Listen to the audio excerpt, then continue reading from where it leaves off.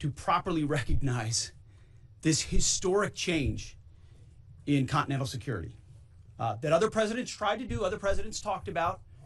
President Trump accomplished it. It's a huge deal.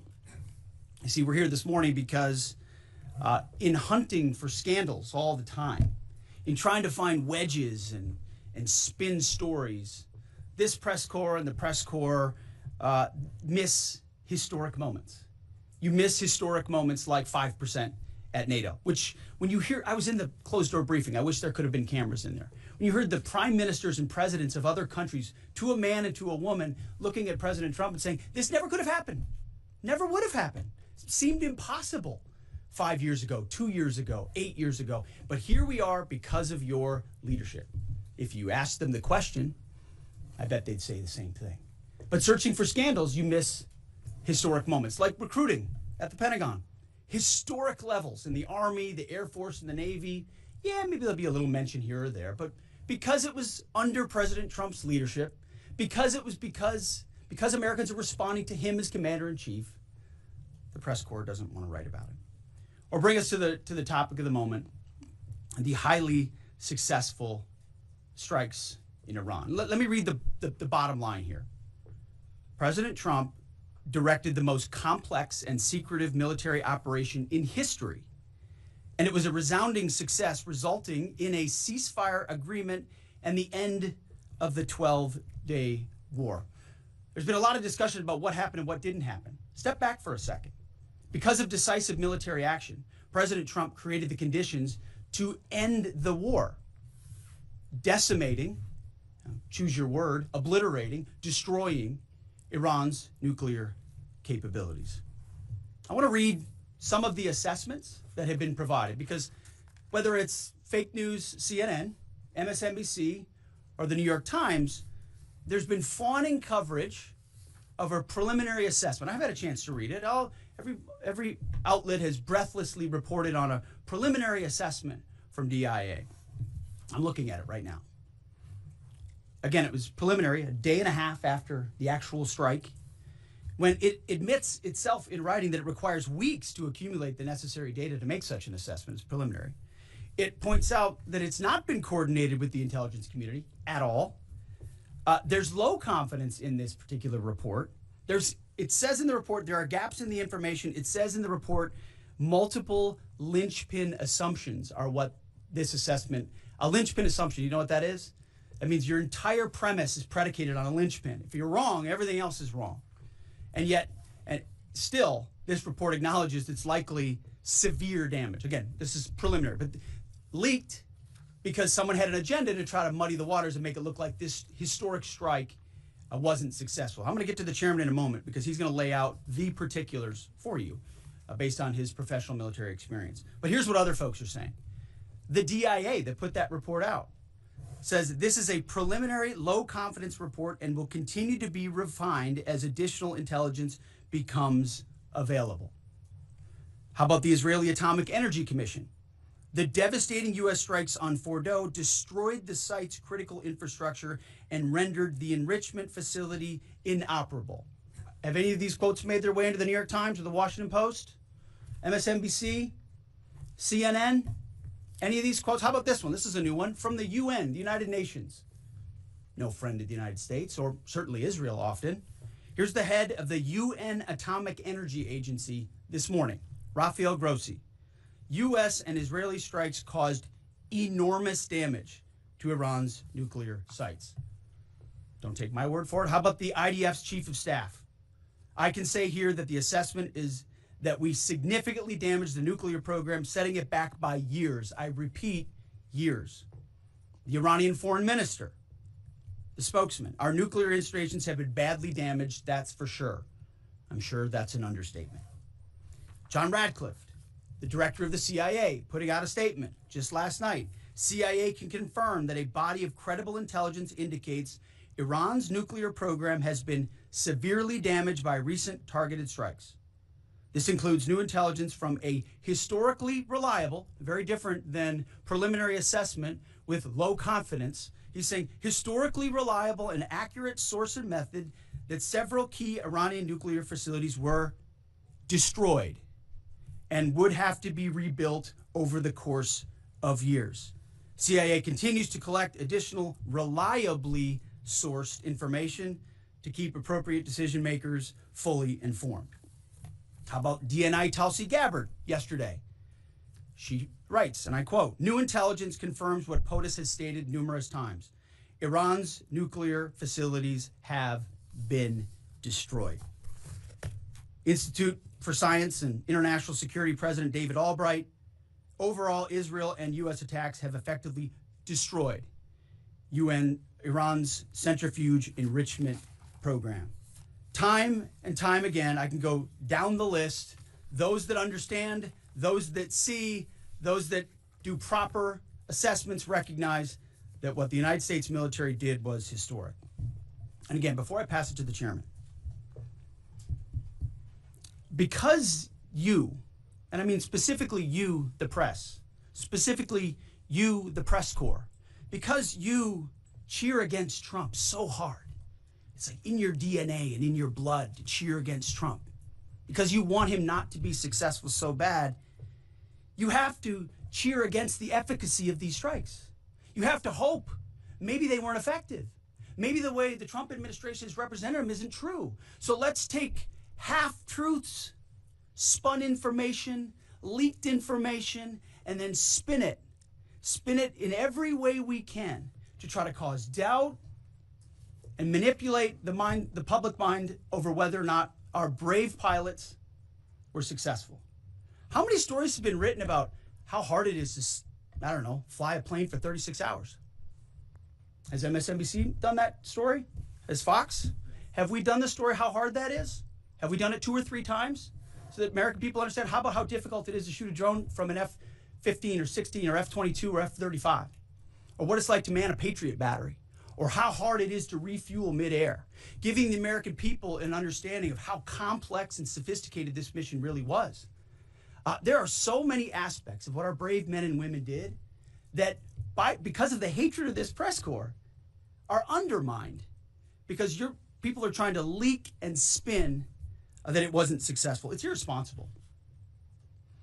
And folks in this room are privy to that information because of the proximity here in the Pentagon. It's an important responsibility. And time again, classified information is leaked or peddled for political purposes to try to make the president look bad. And what's really happening is you're undermining the success of incredible B-2 pilots and incredible F-35 pilots and incredible refuelers and incredible air defenders who accomplished their mission, set back a nuclear program in ways that other presidents would have dreamed. How about we celebrate that? How about we talk about how special America is, that only we have these capabilities? I think it's too much to ask, unfortunately, for the fake news. So we're used to that. But we also have an opportunity to stand at the podium and read the truth of what's really happening. And the reality is, you want to call it destroyed, you want to call it defeated, you want to call it obliterated, choose your word. This was an historically successful attack, and we should celebrate it as Americans. And it gives us a chance to have peace, chance to have a deal, and an opportunity to prevent a nuclear Iran, which is something President Trump talked about for 20 years, and no other presidents had the courage to actually do. So with that, I want to hand it over to the chairman of the Joint Chiefs. They've done technical analysis on this, not just on the strike, but also on our Patriot defenders, on al-Udeid. And Mr. Chairman, I'll hand it over to you. Good morning. Thank you, Mr. Secretary, and good morning, and all of you. Thank you for being here. As a follow-up to my comments on Sunday's press conference, I wanted to give you a few updates this morning on something I'm honored to do as a chairman, and that's a chance to get to talk about some of our service members and the incredible things that they do on behalf of our nation. And I apologize ahead of time for the length and the detail. Today I'm going to brief you on a couple things. First, I'm going to talk about our air defenders at al-Udeid in Qatar and their actions on Monday. Then I'm going to walk you through a little bit about the academics that went into the attack against Fordo, the massive ordnance penetrator weapon, and we're going to show a video that highlights the effects that weapon has. Of course, nobody was down inside the target, so we don't have video from the target. First, on Monday. As the president has stated, on Monday morning, we began to receive indications and warnings that Iran intended to attack U.S. bases in the region. That morning, building on the work that CENTCOM Commander Eric Kurilla had done, and on the orders of the President, at Al Udeid Air Base in Qatar and around the region, we assumed a minimum force posture. Most folks had moved off the base to extend the security perimeter out away from what we assessed might be a target zone, except for a very few Army soldiers at Al Udeid. At that point, only 2 Patriot batteries remained on base, roughly 44 American soldiers responsible for defending the entire base, to include CENTCOM's forward headquarters in the Middle East, an entire air base, and all the U.S. forces there. The oldest soldier was a 28-year-old captain. The youngest was a 21-year-old private who'd been in the military for less than 2 years.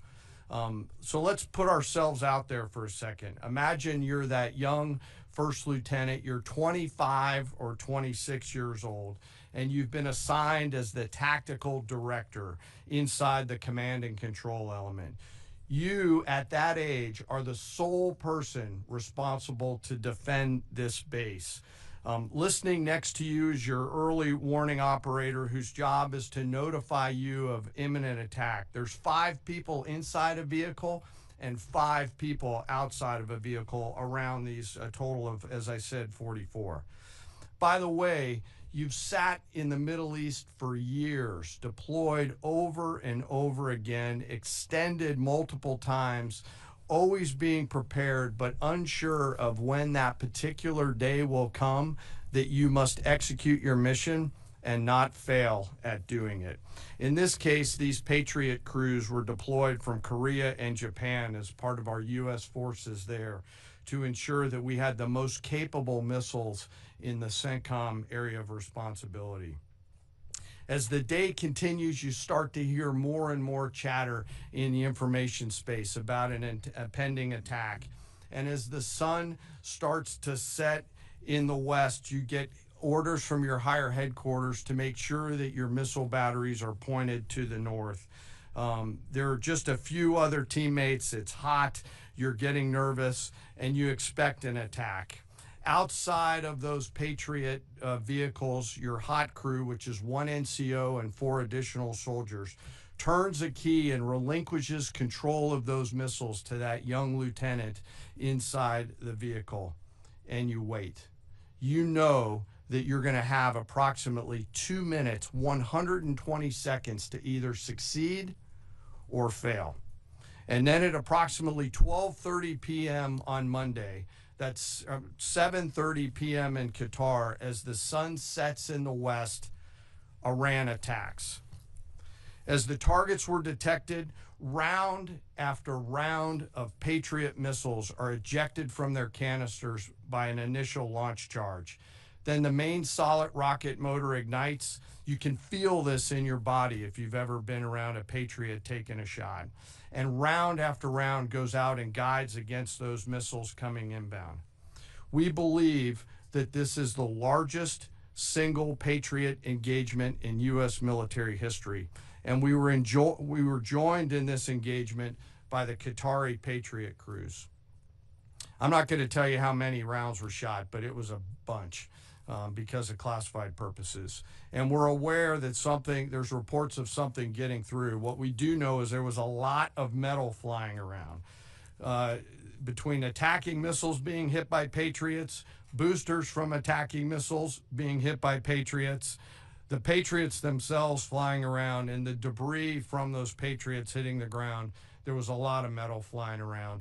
And yet our U.S. air defenders had only seconds to make complex decisions with strategic impact. These awesome humans, along with their Qatari brothers and sisters in arms, stood between a salvo of Iranian missiles and the safety of Al Udeid. They are the unsung heroes of the 21st century United States Army. And I know a lot of you have seen the videos online and the excitement as those Patriots departed their launchers and went up and guided. This really demonstrates the combat capability and capacity of our Army air defenders. Simply stated, they absolutely crushed it.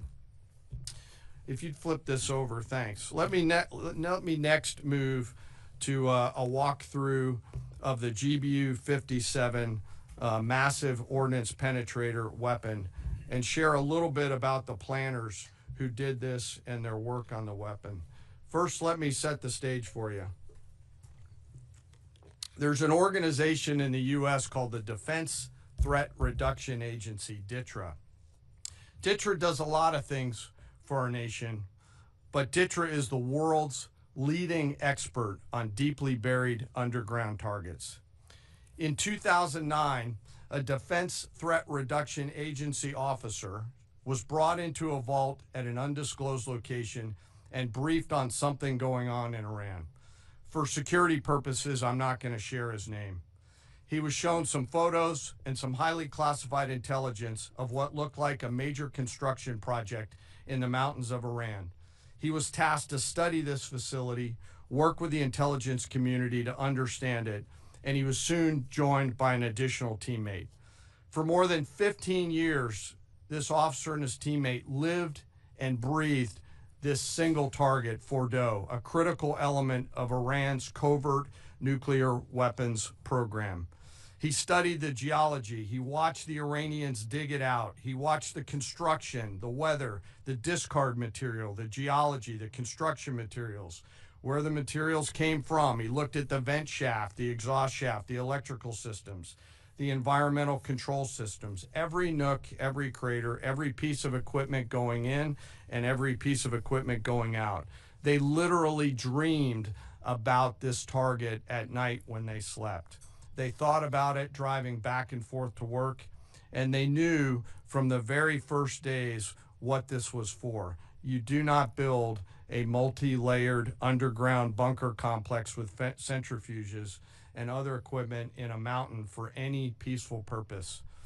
They weren't able to discuss this with their family, their wives, their kids, their friends, but they just kept grinding it out. And along the way, they realized we did not have a weapon that could adequately strike and kill this target. So they began a journey to work with industry and other tacticians to develop the GBU-57. They tested it over and over again, tried different options, tried more after that. They accomplished hundreds of test shots and dropped many full-scale weapons against extremely realistic targets for a single purpose: kill this target at the time and place of our nation's choosing. And then, on a day in June of 2025, more than 15 years after they started their life's work, the phone rang and the President of the United States ordered the B-2 force that you've supported to go strike and kill this target. Yesterday, I had the incredible honor and privilege of spending time with these two Defense Threat Reduction Agency officers who've given so much. One of them said, quote, "I can't even get my head around this. My heart is so filled with the pride of being a part of this team. I am so honored to be a part of this." To you both, thank you, and thank you to your families. Operation Midnight Hammer was the culmination of those 15 years of incredible work. The air crews, the tanker crews, the weapons crews that built the weapons, the load crews that loaded it. Before I run through this video today, I want to talk a little bit about weaponeering and what goes into an attack. Weaponeering is the science of evaluating a target. I mentioned all of those factors before that these two DTRA officers had thought about. Ultimately, weaponeering is determining the right weapon and fuse combination to achieve the desired effects and maximum destruction against a target. In the case of Fordo, the DTRA team understood with a high degree of confidence the elements of the target required to kill its functions, and the weapons were designed, planned, and delivered to ensure that they achieve the effects in the mission space. By the way, in the beginning of its development, we had so many